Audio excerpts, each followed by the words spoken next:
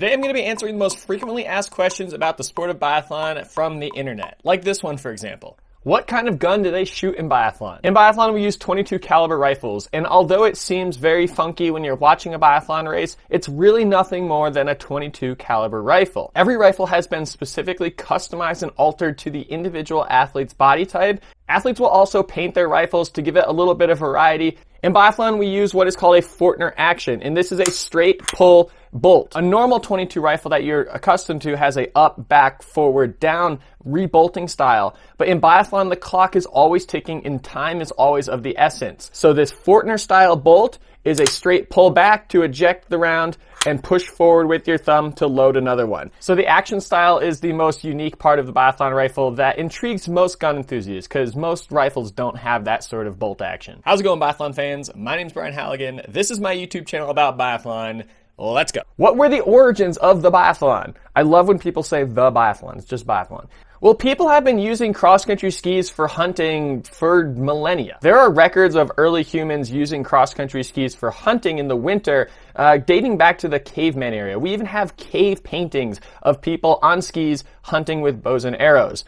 But the sport that we know today, biathlon, actually has military roots. In World War II, soldiers were prepping for winter mountain warfare in Camp Hale, Colorado in the United States, as well as the Alps in northern Italy and southern Austria. While soldiers were prepping for combat, little biathlon races became a way for soldiers to stay prepped and ready to go. At the conclusion of World War II, there was no more need for winter mountain warfare, but militaries around the world kept biathlon because they saw the merits of the sport. If you're interested to learn more about the history of biathlon in the United States, check out the video I made about it. Winter Olympics. How does the biathlon work? How does scoring and shooting get added to ski time? Now, every athlete competes by cross-country skiing a predetermined distance depending on the format of the day. During that race, you're going to come into the shooting range and you're going to take 5 shots at 5 black targets. For every shot that you miss, you're going to be penalized. Now, normally, the penalty is a 150-meter penalty loop. So basically, it's just more skiing. So if you have one miss and your competitor hits all their targets, you have more to ski. Now, you can still beat them if you're a fast enough skier, but it just becomes more difficult. If you have 2, 3, 4 misses, you're going to have a lot more to ski, and beating your competitor who is clean is going to become extremely difficult. But we do see it with some of the fastest skiers. Now, there is one format that instead of adding the 150-meter penalty loop, we actually add a 1-minute time penalty. And that's really difficult to ski off. A penalty loop usually costs an athlete about 25 to 30 seconds on average. The 1-minute time penalty is basically double that. What is the distance of an Olympic biathlon race? Well, the distances vary. The most common biathlon race is the sprint race. Now, even though it's a sprint race, the races are still 10K for the men and 7.5K for the women. That translates to approximately 25 to 30 minutes of race time. So not really the sprint that you're accustomed to on the track. The reason for this is because we have to value the shooting appropriately. As we move up, we have the pursuit race, which is 12.5K for the men and 10K for the women. This is a head-to-head style. First one to cross the finish line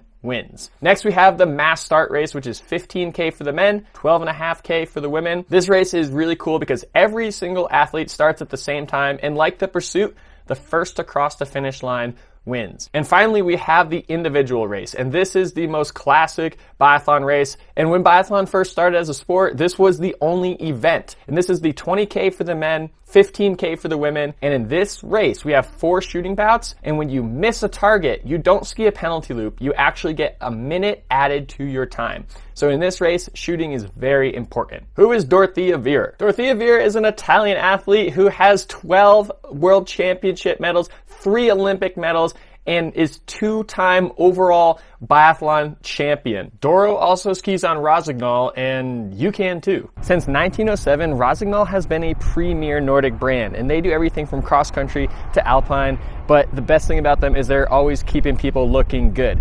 And if you want to look as good as Dorthea Wierer, or even Martin Fourcade or any of our other Rossignol heroes, check the link in the description down below, sign up and get 15% off your first purchase. When I was competing, I always skied on Rossignol, and now this is an awesome opportunity for you to get some awesome Rossignol apparel. So check the link in the description down below, 15% off when you sign up. She's also the most followed biathlete on Instagram, so go check her out.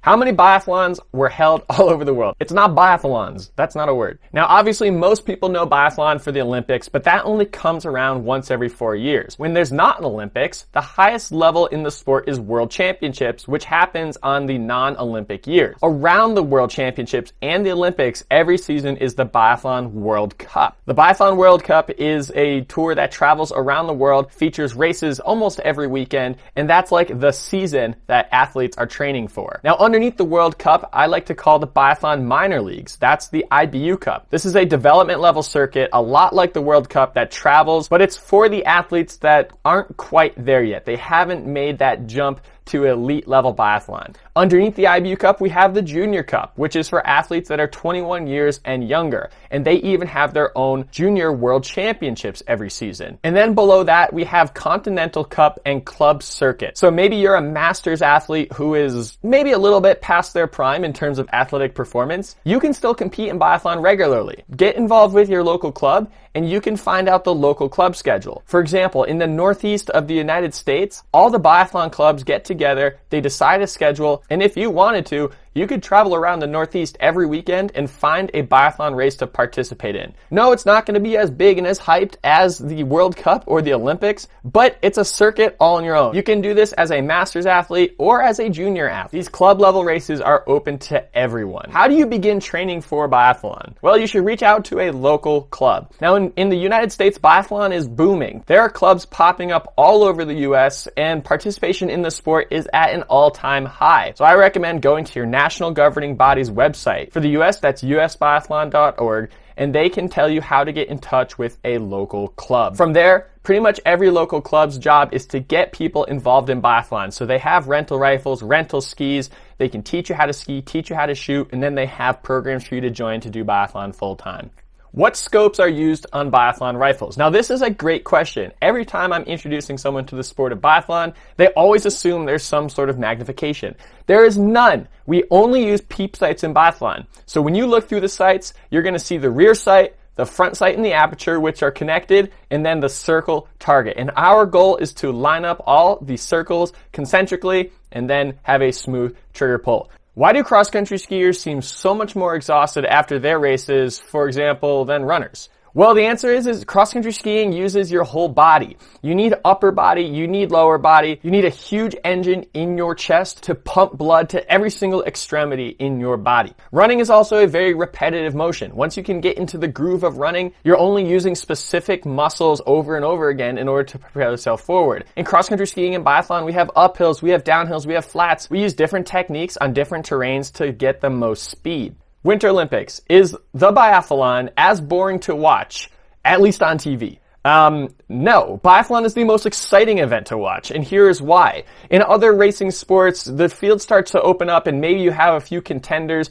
that are still in it towards the end of the race. But in biathlon, the shooting aspect is a complete wild card. So many times in biathlon, we've seen athletes with massive leads crumble under the pressure, and even if they only miss one target at the end of the race, they can blow their chances of earning a podium spot. We also love how an athlete who's in 10th, 12th, 15th place so far back can have a really clutch shooting at the end of the race and move from way off the podium to a medal position with one lap to go. Biathlon is not boring at all, and I don't know why this person thinks it's boring. Maybe this person needs to subscribe to my YouTube channel to learn a little bit more about the sport and truly appreciate how it is one of the best sports in the world. When will the bike biathlon and the bike archery biathlon be launched? Actually, a lot of biathlon clubs around the world use mountain bike biathlon for summer events. A lot of these biathlon venues that we go to and use in the winter are great outdoor recreation areas in the summer. A lot of them have mountain bike trails, and because you already have the range, a lot of these clubs will host a novelty bike biathlon. It's actually a lot of fun. In archery biathlon, on the other hand, there actually are a few clubs out there that do archery biathlon, more of a novelty event. Now, I don't know when this is going to become a worldwide event and bike biathlon is going to become just as popular as a world mountain bike tour or anything like that, but biathlon is a big enough event in Europe that maybe there's a market there. How difficult is joggling? Do you think it could be a competitive sport someday, sort of like the biathlon? I don't even know what this sport is. I don't really know how to answer this question. Hopefully that answered all your questions about biathlon. If you have another one that I didn't answer in this video, leave it in the comments down below and I'll be sure to answer it for you. But until next time, we'll see you.